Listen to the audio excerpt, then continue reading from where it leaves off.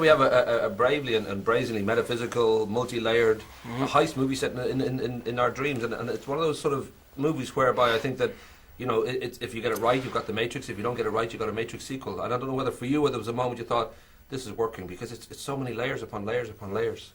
Well, it's not often that the Hollywood studio system finances a film like this. It's existential in a lot of ways. It delves into the subconscious of the human mind, and it's also, you know, has everything that Hollywood can give to the mainstream audience simultaneously. So I think it was very brave of the studio to actually finance something like this, but it's a testament to Chris Nolan's imagination and his track record with pulling off multi-dimensional narratives like this and being able to convey them to an audience that is extremely emotionally accessible and takes them to different, you know, areas of the imagination.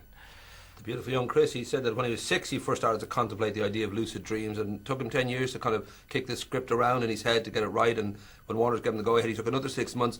But he said he sat down with you for a few months and discussed it, which he'd done a few times before on other projects that never quite worked out. I don't know what clinched it for you here, because I would imagine you really have to believe in it before you'd say, we're definitely going to do this. It's a big commitment. Well, yeah, I mean, it was a very ambitious idea of his to do this movie, and a lot of times I think with visionary directors, and Chris is absolutely one of those, you have to sort of unlock the Rubik's Cube of what they were trying to convey on screen, because these things are so entrapped in their mind that even a screenplay can't sort of convey what the film ultimately was like. So for me, being able to sit down with him 3 months and sort of hash through this cathartic journey that he wanted the character to go on, and really create with me this notion of a man almost going through a therapy session of 4 different stages of the human subconscious, and the deeper he gets throughout the film, the closer he comes to terms with his own nightmares and the truth about his past and what he's sort of been suppressing. So I looked at it almost like we made the analogy, even though he doesn't like to talk about it a lot on on the press tour, but this was a drug addict. This was a guy addicted to the dream state, a man that was escaping reality at all costs, and this was a journey for him to come to terms with the truth of that.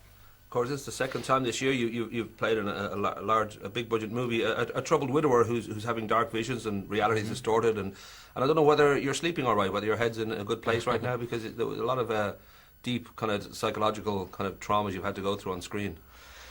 Well, that's where I live them out, on screen, because the truth is I'm sleeping great. Everything's fine. I'm a very...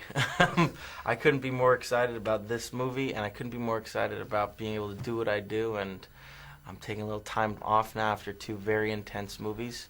And, you know, this is where I get my demons come out on film, so it's been all right. 2 very quick ones. Your late grandmother had always said, you know, take that time out and do the bricklayer thing and all that. And I don't know whether, when I last spoke to you, I suggested that Ireland needs bricklayers. I don't know whether you've any kind of intention of heading back over, because I know you've been before, but I don't know if you've... I went one day, and I sat down in a pub all day long and talked about a movie, and I never got to see the city, so I really regret not going back to Dublin. I want to see everything that Ireland has to offer. A lot of my friends are going to go soon, so hopefully I'll make it there.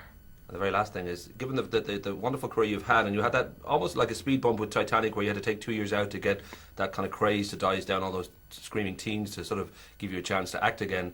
I don't know if you have any advice for Robert Pattinson in the same kind of respect, because he's kind of dealing with that, where I think he wants to be a good actor and he wants to make good movies, but he's in a position now where quite happily he's making, you know, these Twilight movies that are hugely popular, but I think it makes it hard for him to move on as an actor too. I think I don't have any advice for him other than continue to work as hard as you possibly can when you get the opportunities to do other films, and he's got plenty of those opportunities, and he's going to use that to propel himself and to do more and more work. But when you get those chances, you know, when you're a working actor that gets to choose their own material, you've already hit the lottery. So that now it's time to maintain that. That's it. You know, you work as hard as you possibly can on every opportunity you do get.